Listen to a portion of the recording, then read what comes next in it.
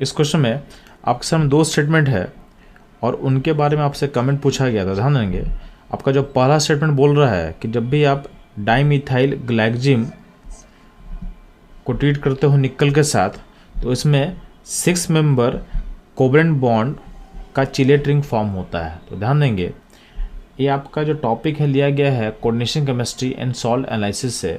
तो निकल में जब हम डाइमिथाइल ग्लाइकोजिम डालते हैं तो उसमें एक रेड पीपीटी का कॉम्प्लेक्स फॉर्म करता है। तो एक कॉम्प्लेक्स जो बनेगा, तो ये मैं आपको डाइमिथाइल ग्लाइकोजिम का मैं फिगर लिख रहा हूँ। तो आपका कॉम्प्लेक्स जो बनता है उसमें इस तरह का चिलेशन होता है और दूसरे साइड से भी क्या होता है, जो एन कॉलोन पर यहाँ भी आपके चिलेशन में हेल्प करेगा। तो आपका जो चिलेट रिंग फॉर्म कर रहा है उसमें आप मेंबर देखोगे तो उसमें मेंबर देखोगे तो 5 मेंबर का चिलेट रिंग फॉर्म करेगा। तो आपके स्टेटमेंट में 6 मेंबर लिखा हुआ है, यानी ये रॉन्ग हो जाएगा। आपके इस कॉम्प्लेक्स में नहीं जो रेड पीपीटी फॉर्म करता है निकल के साथ डाइमिथाइल ग्लाइकोजिम, उसमें आपके पास 4 रिंग बनता है। 2 रिंग बनता है ड्यू टू चिलेशन और इस चिलेशन वाले में 5 मेंबर रिंग फॉर्म कर रहा है, और 2 रिंग बनता है ड्यू टू हाइड्रोजन बॉन्ड।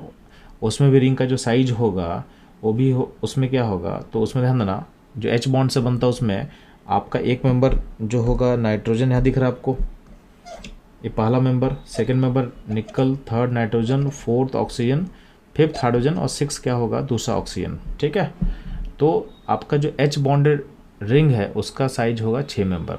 लेकिन आपके क्वेश्चन में दिया हुआ था कि कोवलेंट चिलेट रिंग क्या होगा, तो कोवलेंट जो चिलेट होगा नहीं जो कोवलेंट बॉन्ड से बनता है वो आपका साइज होगा 5 मेंबर, यानी आपका पहला स्टेटमेंट क्या होगा, इनकरेक्ट होगा। बात करते हैं हम लोग सेकेंड स्टेटमेंट का। तो यहाँ बोला गया प्रूशियन ब्लू कलर जो पीपीटी बनता है उसमें आयरन का +2 +3 दोनों स्टेट होता है। तो ध्यान देंगे जो प्रूशियन ब्लू जो कलर बनता है उसमें क्या होता है, उसमें उसका फॉर्मूला होता है